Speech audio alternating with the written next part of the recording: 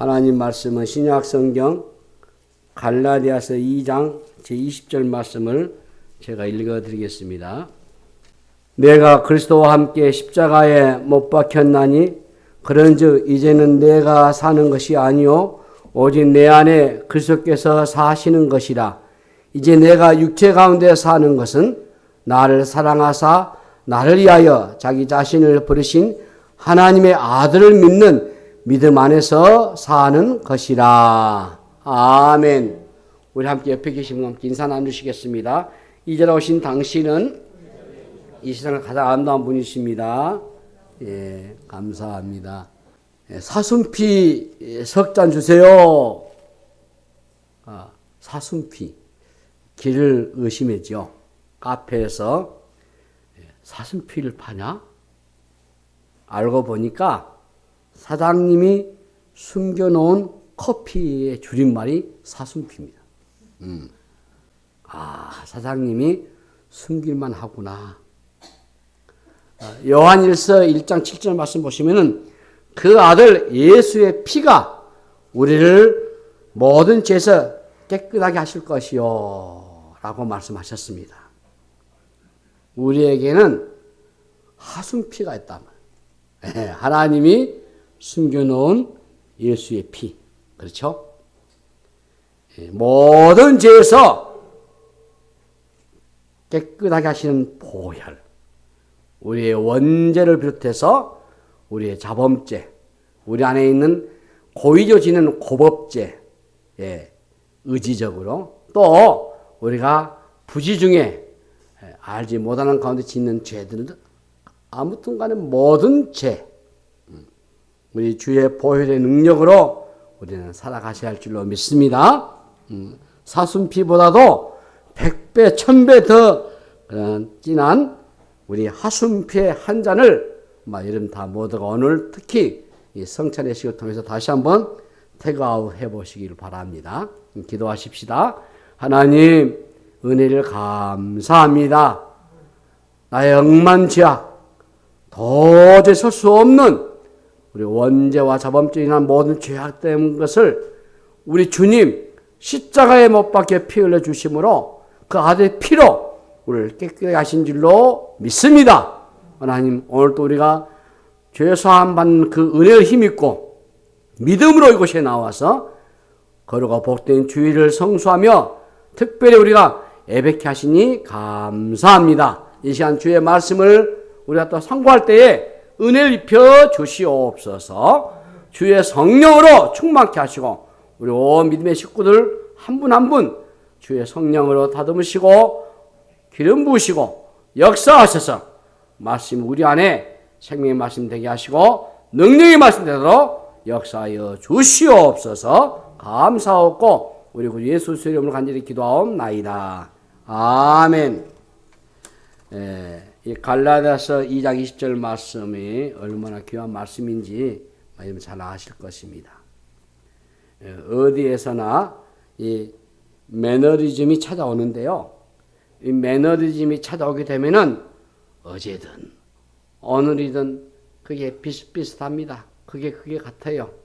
기대감도 없고 밋밋한 삶이 되는 거죠. 결혼 생활에 이 매너리즘이 찾아오게 되면 참 위험하죠. 우리 신앙생활도 마찬가지입니다. 처음에는 감격해서 뜨겁게 주님을 만났는데 세월이 흐르다 보니까 이게 식어버려요. 그리고 영적인 타성에 젖어버려요. 결국 나도 모르게 마음이 굳어져 버리고 교회를 떠나기도 합니다. 마르틴 루터는 십자가는 모든 것을 시험한다라는 아주 중요한 얘기를 했습니다. 십자가는 우리의 신앙을 진단해 볼 수 있는 중요한 기준점이 될 수 있습니다. 우리의 신앙의 기초가 되고 기준이 되고 중심이 되는 게 바로 십자가입니다. 그러므로 우리의 신앙에 문제가 생길 때에 언제나 십자가 앞에 나아가기만 하면 된 줄로 믿습니다. 십자가는 인간이 만든 이념이나 철학이나 모호한 교리가 아닙니다. 2000년 전에 일어난 십자가 사건과 오늘의 나를 여러분 연결해 보셔야 돼요. 예수를 믿는다고 하는 것은 교리적인 고백만으로 끝나지 않고요. 우리 주님의 죽음에 동참하는 일이기 때문에 그렇게 중요한 것이죠. 오늘 우리의 본문은 우리가 잘 아는 갈라디아 2장 20절 말씀이죠. 내가 그리스도와 함께 십자가에 못 박혔다. 내가 그리스도와 함께 십자가에 못 박혔다. 중요한 함께라는 것입니다. 함께. 그리스도의 십자가를 믿음으로 받아들일 때에 나도 함께 십자가에 못 박힌 것이 되는 것이다. 그리스도의 죽으심은 대표적인 죽음이죠. 그를 믿을 때 그분과 연합하는 역사가 일어난 줄로 믿습니다. 여러분, 세례도 마찬가지요. 세례의 진정한 의미 중에 하나가 연합이거든요. 예. 이사야 53장 5절에서 이사야가 메시아에 대한 예언을 하는 말이 그가 찔림은 우리의 허물 때문이요 그가 상함은 우리의 죄악 때문이라 그가 징계를 받음으로 우리가 평화를 누리고 그가 채찍에 맞음으로 우리는 나음을 받았도다 라고 말했습니다. 그리스도는 우리의 허물과 죄 때문에 죽으셨습니다. 죄로 인해서 우리 모두가 비정상인이 됐어요. 보통 때는 괜찮은 사람이고 정상적인 사람인 것처럼 생각하죠. 그런데 십자가 앞에 서보면은 우리가 얼마나 비정상적인 존재인가를 깨닫게 되는 것입니다. 만약 우리가 정상적이라면은 그리스도의 십자가에 죽으실 이유가 전혀 없는 거죠. 하나님의 아들, 죄 없으신 그분이 십자가에 죽으셔야 할 만큼 우리는 심각한 죄인이었습니다. 인정하고 싶지 않지만은 함께 사는 가족들, 옆에 계신 분들, 우리 모두가 다 비정상적인 사람들. 우리는 죄인 중의 죄인입니다. 그래서 사람들은 문제를 안고 사셔요. 세상이 이처럼 복잡하고 혼란한 이유가 뭐겠습니까? 죄인들이 만들어가는 이 세상이기 때문에 그렇죠. 누가 나를 힘들게 해서 힘든 게 아니고 세상에서 가장 다르게 힘든 존재가 누구겠습니까? 바로 나 자신인 거예요. 신앙의 걸림돌이 누구겠습니까? 죄와 상처로 가득 찬 나 자신이에요. 제가 얼마나 인간을 심각하게 망가뜨렸습니까? 인간이 겪은 모든 불행과 비극은 이 죄로부터 왔어요. 왜 우리의 삶에 불행이 찾아옵니까?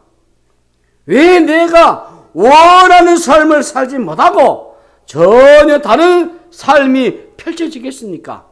십자가 앞에 서면은 답이 나와요. 그리스도의 십자가 사건을 믿음으로 받아들이는 순간 우리 안에 십자가의 능력이 나타나는 것입니다. 십자가를 믿음으로 받아들일 때에 우리 안에 이 존재론적인 변화가 일어나는 것이에요. 그래서 십자가 사건이 나의 십자가 사건이 되는 것입니다. 참 신비로운 일이시죠. 그가 징계를 받음으로 우리가 평화를 누렸다고 했어요. 이 평화는 바로 하나님과의 관계 회복을 말합니다. 하나님과의 관계 회복이 일어날 때 우리 모두의 관계 회복도 이루어지는 거예요. 제가 가져온 불행은요, 관계 깨짐이거든요. 그리스도의 십자가 사건은 그래서 우리 안에서 이 화해의 역사가 이루게 되는 것입니다. 하나님으로부터 받은 용서를 통해서 우리 삶 가운데도 이러한 축복이 일어나는 것이죠. 참된 치유는 그래서 십자가를 통해서만 가능한 겁니다. 그가 채찍에 맞음으로 우리가 나음을 받았다고 했잖아요. 십자가 없는 심리적인 치유는요, 한계가 있어요. 십자가 앞에 나가게 되면은 우리 안에 있는 그 응어리들이 다 치유될 수 있는 경험이 될 수 있습니다. 그리스도를 알기 전에는 원망하게 되고 불평하게 되고 다양한 순뿌리들이 우리 안에 있어요. 내가 스스로 받은 상처도 있을 것이고, 뭐 남들로부터 받은 상처도 있을 것이고, 갈등도 일어나고, 시비가 붙어지고, 마땅히 사랑해야 할 사람도 사랑할 수 없고요. 그래져요. 바로 내 안에 있는 죄와 그 죄가 만들어진 상처가 원인인 거죠. 이런 것들을 우리가 해결할 수 있느냐? 해결할 수 없어요. 어렵습니다. 스스로 노력하면 할수록 더 큰 좌절을 맛볼 수밖에 없어요. 이게 나이가 든다고 해결할 수 있는 게 또 아니고요. 천성적으로 착하다고 된 게 또 아니에요. 오직 답은 십자가의 능력인 줄로 믿습니다. 내가 그리스도와 함께 십자가에 못 박겠다는 것을 믿고 고백하는 순간 내 안에서 회복이 일어나거든요. 아직도 내가 십자가의 그 은혜에 참여치 못하고 그 능력을 맛보지 못하니까 아직도 이런 관계가 불투명하고 피곤하고 힘든 것뿐이. 이전에 쩔쩔매던 것들이 더 이상 나를 괴롭히지 않고 이 십자가를 통해서 나음을 입으실 때만이 비로소 내가 사람답게 살 수 있는 거예요. 치유를 받는 사람이 다른 사람도 그래서 치유할 수 있는 거예요. 용서를 받는 사람이 또 용서할 수 있는 거고요. 우리는 하나님 앞에 설 수 있는 사람들이 아니죠. 오직 십자가로만 설 수 있는 겁니다. 나도 실수하고 남도 실수해요. 십자가 안에서 서로를 바라볼 때 답이 나와요. 우리는 모두가 용서를 입은 사람들입니다. 십자가를 붙들면은 우리의 삶에 자유가 오고 회복이 일어나게 되고 깨진 것이 회복이 되고 망가진 것들이 온전케 되는 역사가 일어난 줄로 믿습니다. 이게 바로 십자가의 능력입니다. 잘 알아요. 알면서도 이게 안 되는 거죠. 십자가는 우리에게 근본적으로 어떤 변화를 가져왔습니까? 그런즉 이제는 내가 사는 것이 아니요 오직 내 안에 그리스도께서 사시는 것이라. 나는 죽고 이제는 내 안에 그리스도가 사신다. 내가 죽어야지. 얘 자아를 말하거든요. 근데 이게 죽지를 않아요. 나를 괴롭히고 힘들게 하는 것이 얘 자아거든요. 이 얘 자아가 죽고 새로운 자아가 생겨나야 되는데 이게 쉽게 안 되더라고요. 나의 자아가 죽는 것에 끝나지 않고 그곳에 주님이 찾아오셔야 돼. 그래서 더 이상 내가 사는 것이 아니고 그리스도가 사셔야 돼. 십자가가 우리에게 영향을 미친 것은 우리의 자아입니다. 변화가 어디 일어났습니까? 우리의 중심에 변화가 일어나야 돼요. 기독교는 껍질을 다루는 게 아니죠. 본질을 다루는 거죠. 겉모양의 색칠만 한 게 아니고 우리 안에 있는 내면 세계, 우리의 내면의 근본적인 변화를 일으키는 거죠. 교회를 얼마나 다녔느냐, 얼마나 교회에서 열심히 봉사하느냐, 어떤 직분을 갖고 있느냐, 이것은 우리 신앙생활의 핵심이 아니죠. 변화란 십자가를 통해서 내 자아가 죽고 새로운 주인을 모실 때에 일어난 줄로 믿습니다. 자아의 이 중심이 이동이. 이전에는 내가 자아 중심적인 삶을 살았어요.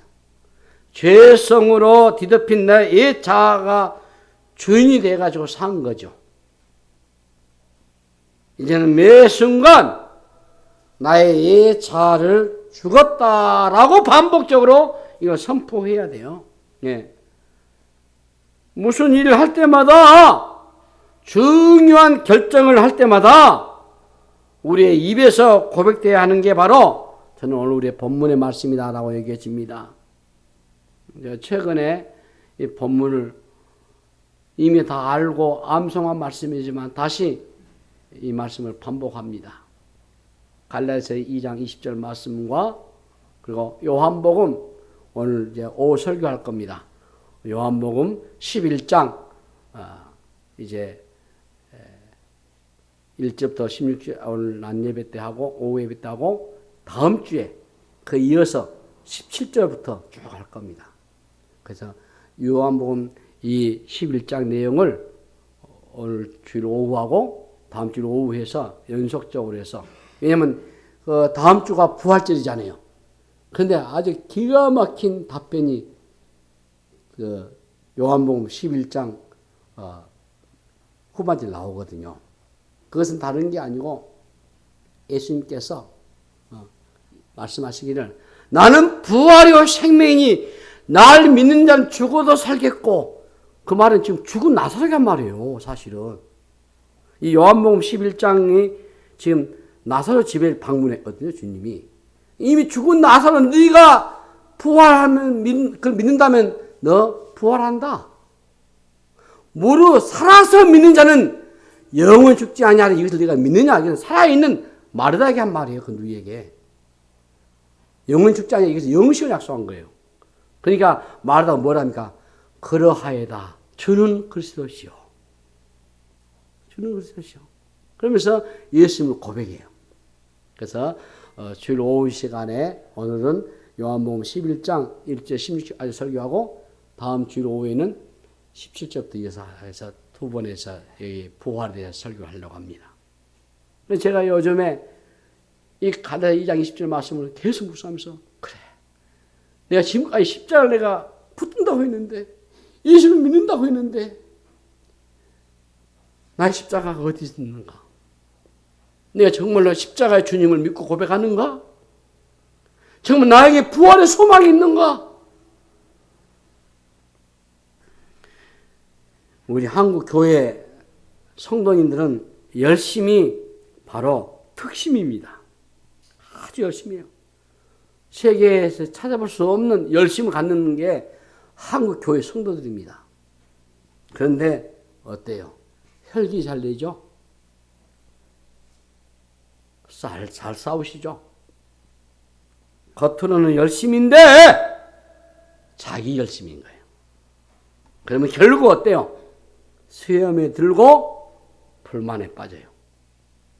교회에 대체적으로 시험 드신 분들이 참 열심히 있는 분들입니다. 그런데 시험에 잘 들고 불만에 빠져요. 내가 수고한 것만큼 알아주지 않는다. 섭섭해요. 왜 이런 일이 일어나겠습니까? 어느 순간 내 안에 십자가가 사라져버리기 때문에요. 십자가가 없으면은 이기심으로 뭉친 내 옛 자아가 올라오게 되거든요.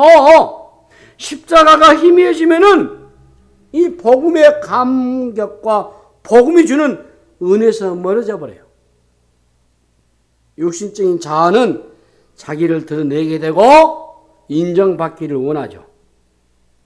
겉모양은 충성인데 안으로 들어가면은 자기 만족과 자기 기쁨을 추구해요.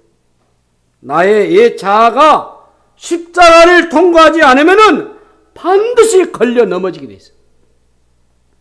시험은 내가 희생한 것만 생각하고 자신이 받은 것을 잊어버릴 때 이게 찾아오거든요.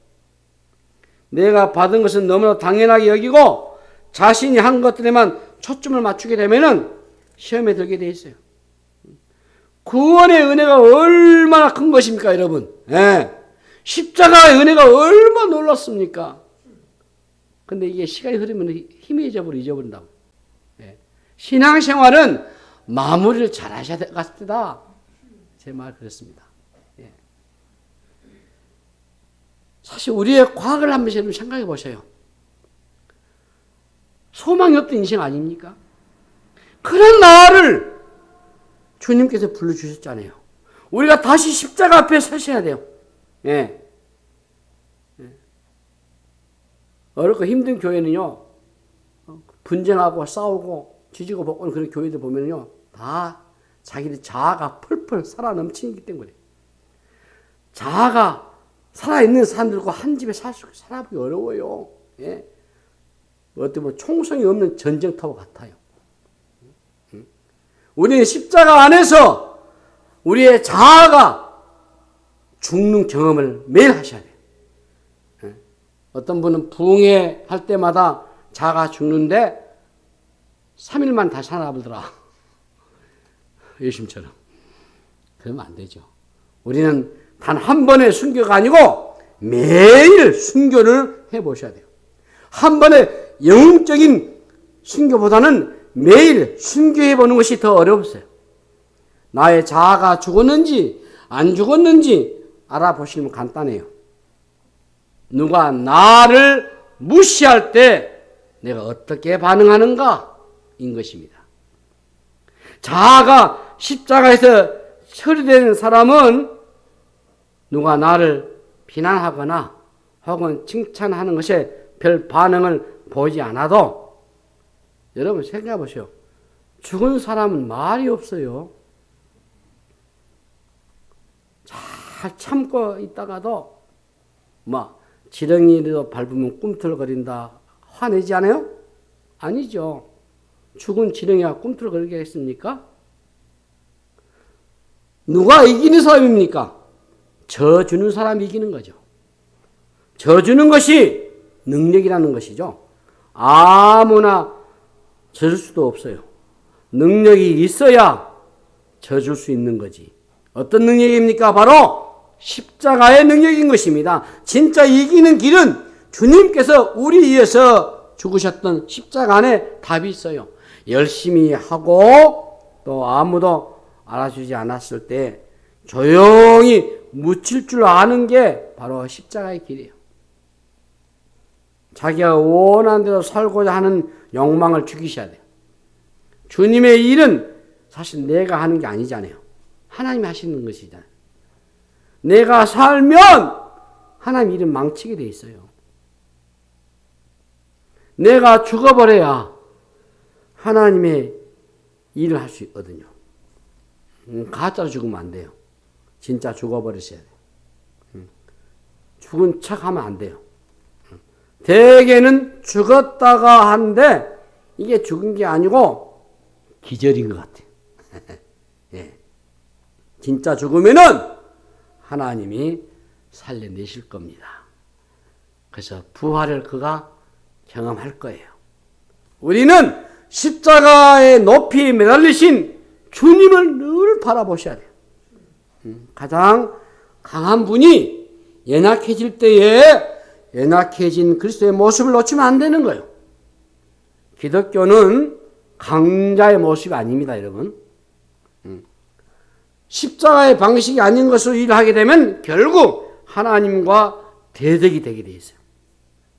하나님은 나를 통해서 일하세요. 그런데 중요한 전제가 있습니다. 바로 십자가로 죽은 나를 통해서 일하신다는 거예요. 내가 완전히 힘을 빼셔야 하나님의 도구가 될 수 있어요. 그런데 어때요? 힘이 잘 안 빠지거든요. 저 경험으로는 힘이 안 빠져요, 이게. 이분은 빠진다고 별짓 다 해도 안 빠져요. 어떻게 빼야 되는가? 날마다 십자가 앞에 나아가셔야 돼요. 십자가는 예수님을 믿을 때 한 번, 딱 한 번 필요한 게 아니요. 일평생 주님 앞에 가는 그 순간까지 우리에게는 십자가 필요한 겁니다. 가정에서도요. 아내가 남편에게 또 남편이 아내에게 서로 함께 죽어보셔요. 그때 무슨 일이 일어나는가 보셔요. 펄펄 살아있는 나의 옛 자아를 가지고는 은혜는 고사하고요. 날마다 서로 상처투성이고 시험투성이고 얼룩지게 돼 있어요. 십자가에서 자아가 죽지 않으면은 자아의 왕국에서 살아가게 돼 있어요. 그것이 바로 내가 왕이요. 내 자존심을 아무도 건드지 못해요. 사람이 언제 살벌해집니까? 자존심 싸움을 할 때 아주 살벌하거든요. 쓸데없는 곳에다가 힘 자랑하다가 깨져버려요. 예수님이 겟세마네 동산에서 기도하고 내려오실 때에 어떤 상황이 벌어집니까? 베드로가 대제사장 말고의 길을 잘라버리잖아. 베드로는 주를 위해서 애를 쓴 모양이에요. 그런데 주님은 뭐랍니까? 칼집에 다시 꽂으라고 하잖아요. 그러면 사실 말씀이 칼을 쓴 자는 칼로 망한다고 주님 말씀하시지 않아요. 혈과 육의 싸움이 아니지만 혈기가 넘쳐난 거죠. 왜 그럴까요? 베드로 기도 안 했거든요. 안 했잖아요. 졸아서 잠만 퍼잤지. 기도하지 않게 되면은 혈과 육의 힘이 넘친다고요. 근데 기도를 하게 되면은 기도가요. 저 해보니까 내 힘을 빼는 이 작업이에요. 정말 그래요. 이제 우리 교회 우리 두 분 원로 목사님도 계시고 우리 원장로님도 오셨는데 우리 서장님도 계시고 연로하시죠. 제가 기도할 때 하나님 우리 두 분 원로 목사님 우리 원장로님 우리 서장로님 연하증세에 걸리지 않도록 기도합니다. 저희 어머니가 연하증세로 돌아가셨거든요. 이 목에 음식물 삼키다 돌아가신 거예요. 기도 막혀요. 그것이 연하증세잖아요. 예. 아무래도 사지가 펄펄해도요. 나이가 드시게 되면은 이 음식물 삼기 어렵다고요. 이러면 밥 먹으면 들어간데 천만에요. 하나님, 두 원로 목사님, 우리 사모님. 하나님께서 우리에게 우리 인체에 7, 8천 가지의 질병이 있고, 예, 사건과 사고가 매일 매 순간 일어나지만은 하나님 기도를 하니까요. 힘을 다 빼는 거예요. 도와달라. 하나님께 도움을 구하지 어디다 도움 구하겠습니까? 살려달라. 은혜 입혀달라. 여러분도 기도하실 때 우리 나이 드신 우리 원로 목사님과 장로님과 이 기도할 때는 음식물도 잘 삼키도록 연하증에 걸리지 않도록 많이 기도하시고 하십시오. 저는 또 하나 빼지 않고 기도하는 것이 저 성대가 목 쉬지 않도록 쉰 목소리를 나가지고 듣는 성도로 하여금 영상에 보는 성도로 하여금 거부감 듣지 않고 또 대화 나눌 때도 그래서 귀는 청각은 잘 듣고 말은 적게 하게끔 하나님 도와주십시오. 기도를 많이 합니다. 힘을 빼야 되겠다.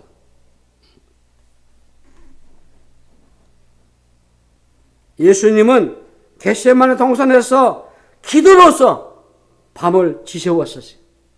당신이 살 권리마저 내려놓으셨어요. 기도로 우리 육신의 힘을 완전히 빼신 거예요. 예, 이게 아니면 어려워요.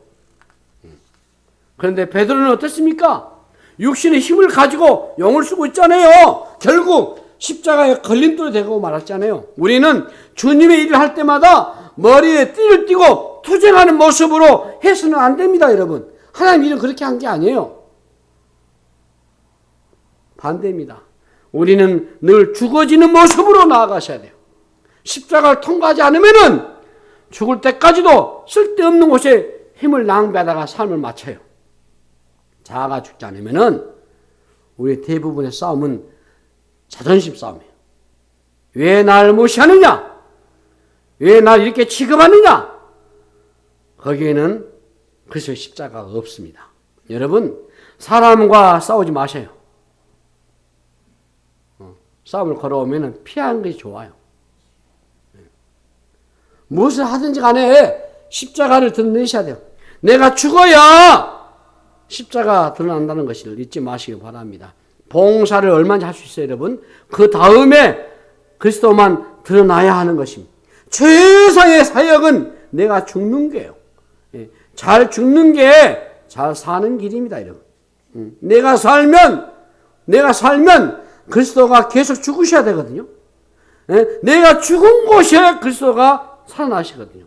그래서 바울이 뭐라 했습니까? 날마다 자신을 쳐서 복종시킨다고 말하지 않아요?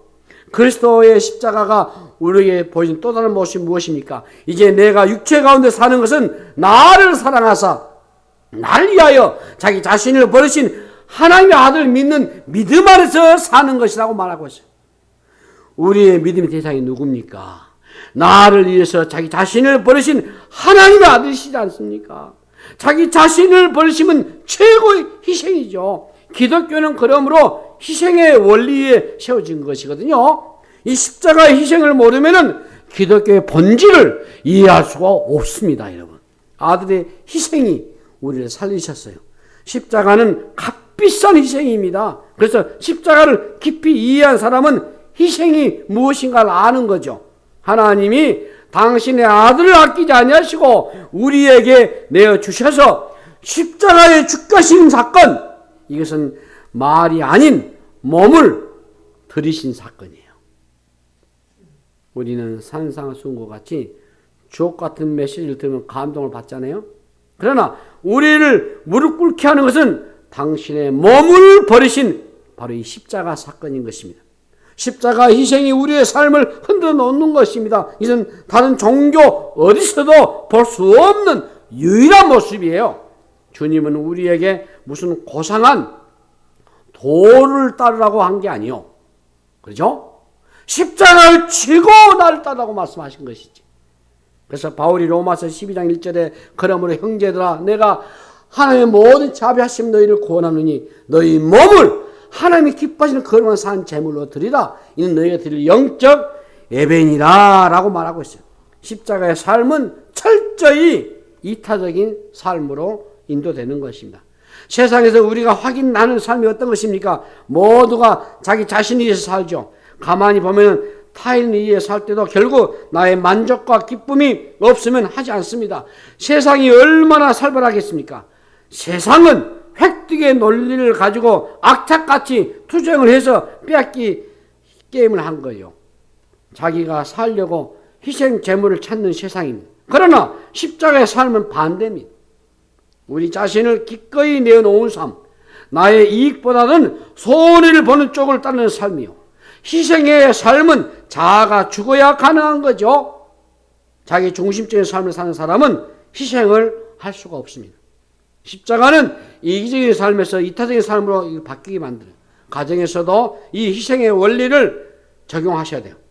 힘든 일은 서로 하려고 하셔야 돼요. 예. 모두가 피곤한 저녁에 설거지가 산더미처럼 쌓였을 때 참 중요합니다. 내가 좀 하겠다. 얼마나 좋겠습니까? 설거지도 기쁨을 하니까 좋더라고요. 해볼만 해요. 네.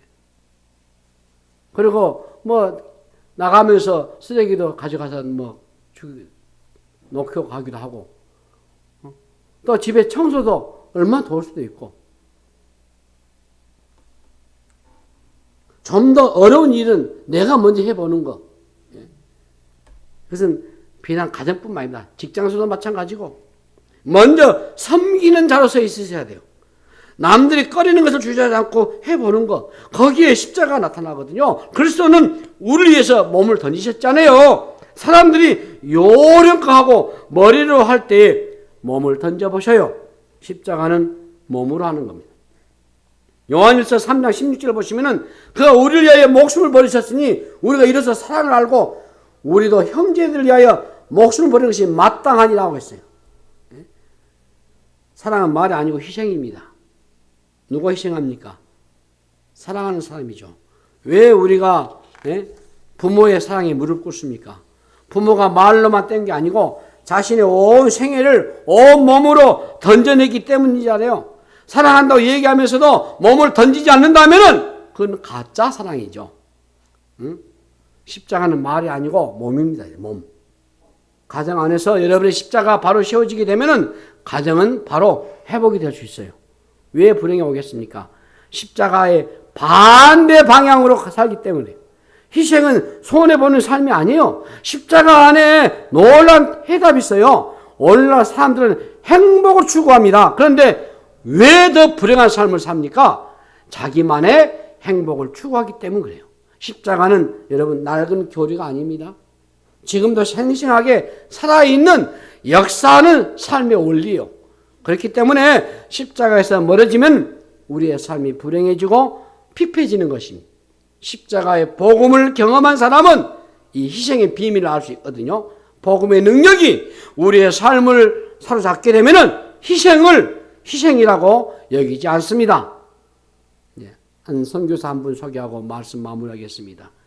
유명한 북아프리카 인디언 선교사였던 데이비드 브레이드는 이런 말을 했습니다. 그리스도의 십자가 앞에서 우리의 어떤 것도 희생이라고 말할 수 없다고 했어요. 우리는 종종 자신의 삶 전체를 선교지에 바치고 심지어 자녀의 생명까지 바친 선교사들의 얘기를 듣습니다. 일반적으로 이해하기 어려워요. 그러나 십자가는 우리를 좁은 길로 인도합니다. 항상 어떤 결정을 내릴 때 십자가 앞에 여러분들이 서보시기를 바랍니다. 편안한 삶과 거리가 먼 삶으로 우리를 인도할 것입니다. 편안한 삶이 우리의 시대를 뒤덮고 있어요. 편안한 삶을 추구한다면 편안한 삶으로 끝이죠. 그 끝에 아무것도 없어요. 교회 안에서도 우리가 십자가를 실천해 보셔야 돼요. 희생의 자리를 지키셔야 돼요.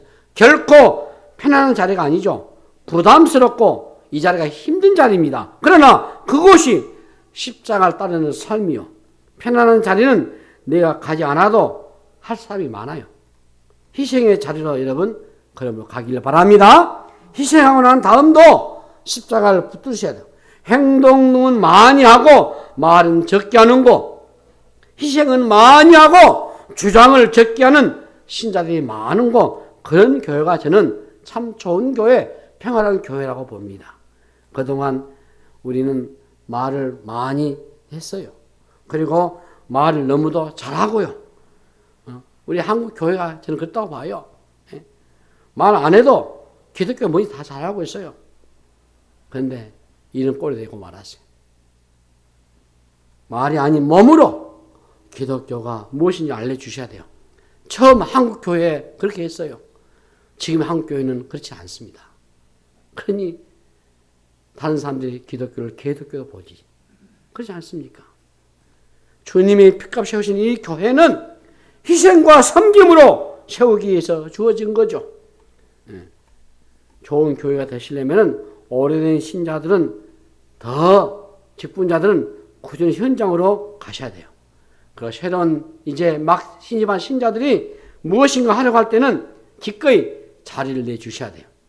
새로운 신자들이 열심히 하려고 하면은 우리 교회는 이런 교회야 라고 하면서 그를 길을 주겠어는 안 돼요. 교회 전통을 내셔도 안 돼요. 대부분 교회 그러거든요. 자기 교회는 어떻다, 전통 어쩌다, 그거 내시면 안 돼요. 편안한 곳보다도 더 어렵고 힘든데 우리가 먼저 앞서고 섬기셔야 돼요.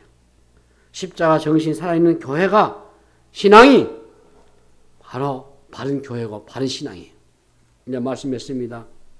너무 귀중한 말씀이기 때문에 다시 한번 우리 갈라디아 2장 20절 말씀 같이 한번 읽으십시다. 시작.